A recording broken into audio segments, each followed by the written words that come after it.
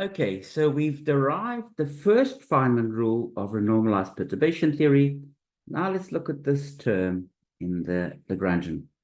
So from that term in the Lagrangian, here we get the rule for the vertex. Okay, there's the vertex.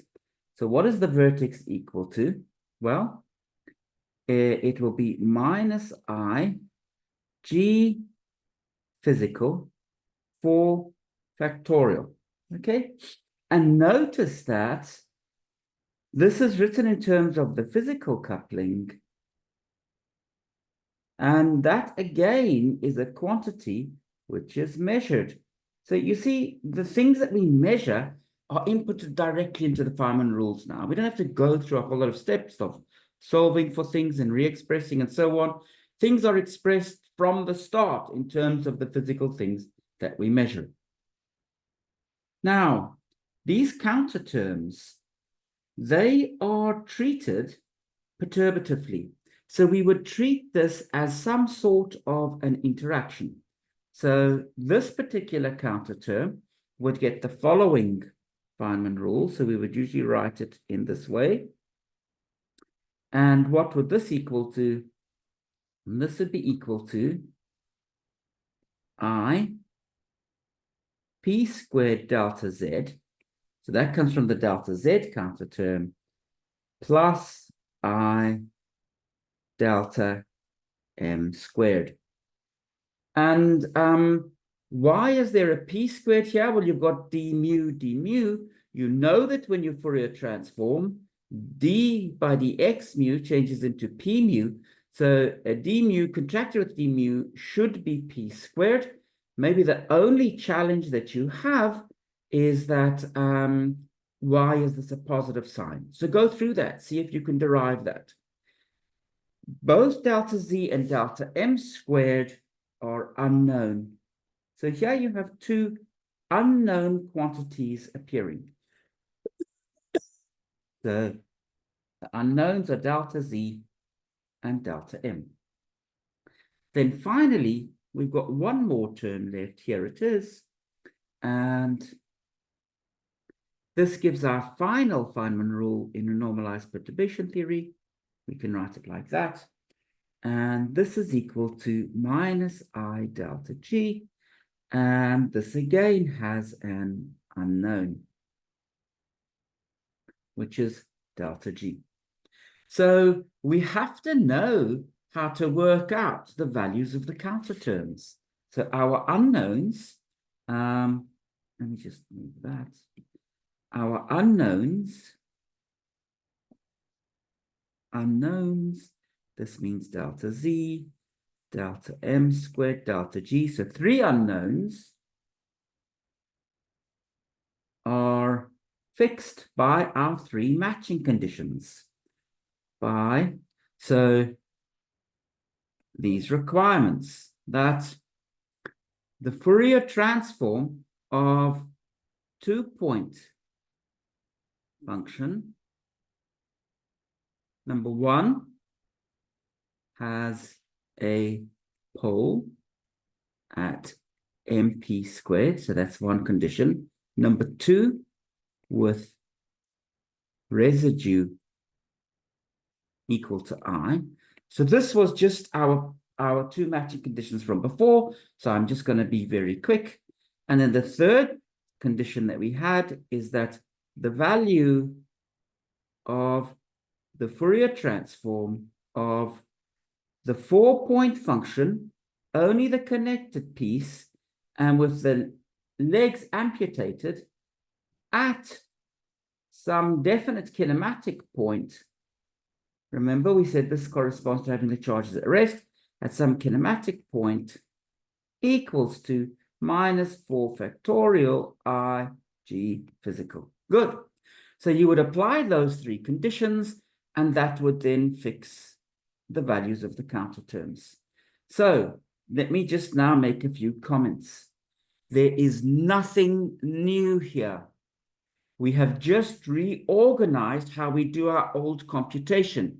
We don't want to work out everything in terms of m, g, and z. then work out what M, G, and Z are in terms of MP and GP, and then express everything in terms of MP and GP. Instead, we want to work in terms of the physical mass and the physical coupling directly. So this is a more economical way of setting up the computation.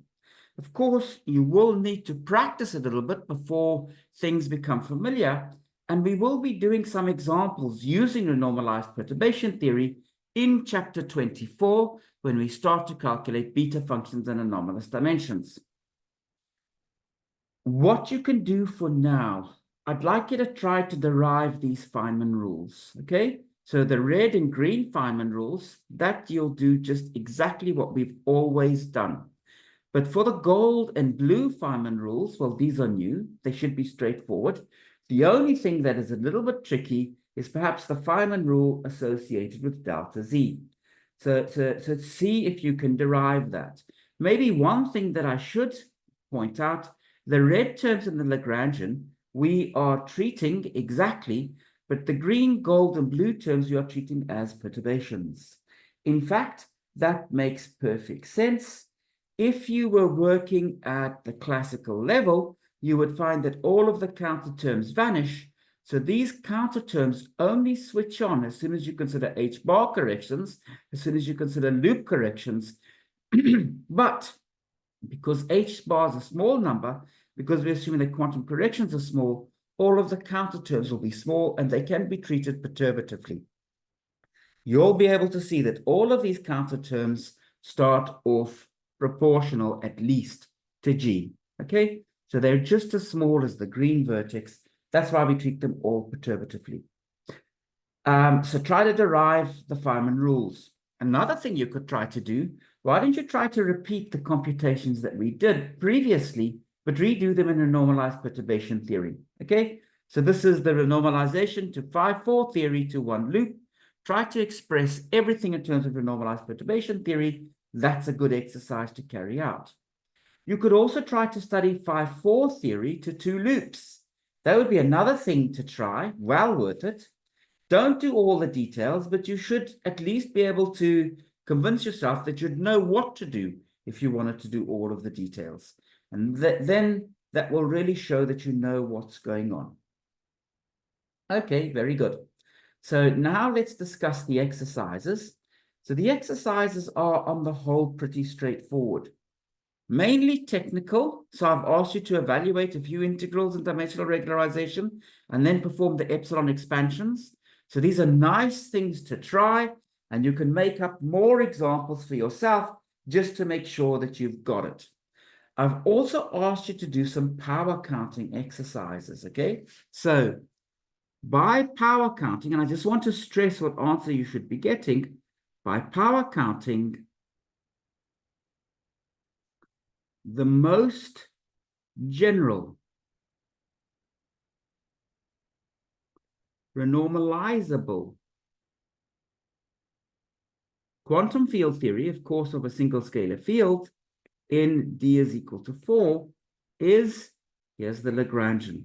So you would have the kinetic term, okay? Then you could have a term linear in phi.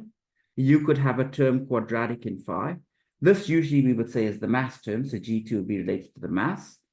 But you could also have a term cubic in phi, and you could have a term which is quartic in phi. So if you look at this theory, what parameters would you have?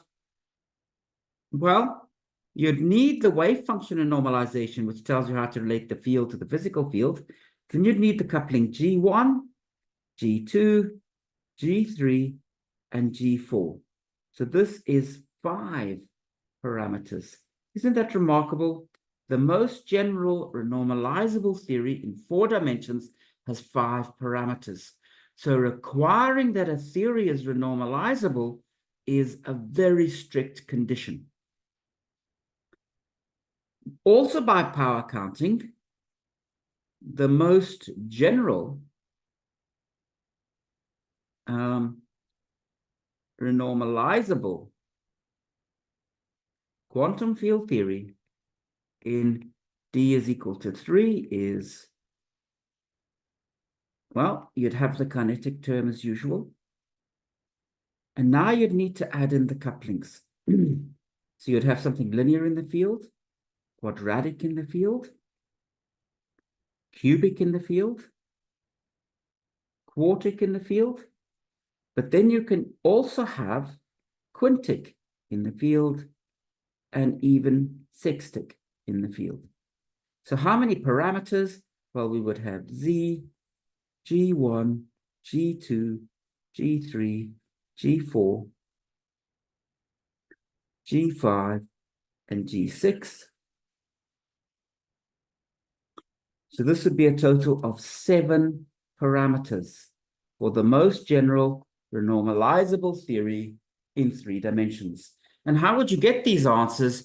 You'd look at the superficial degree of divergence, D, so capital D. Remember, we had a nice formula for capital D. So you take a look at this formula and you'd ask, what values of R can you have while still only having a finite number of diverging correlation functions?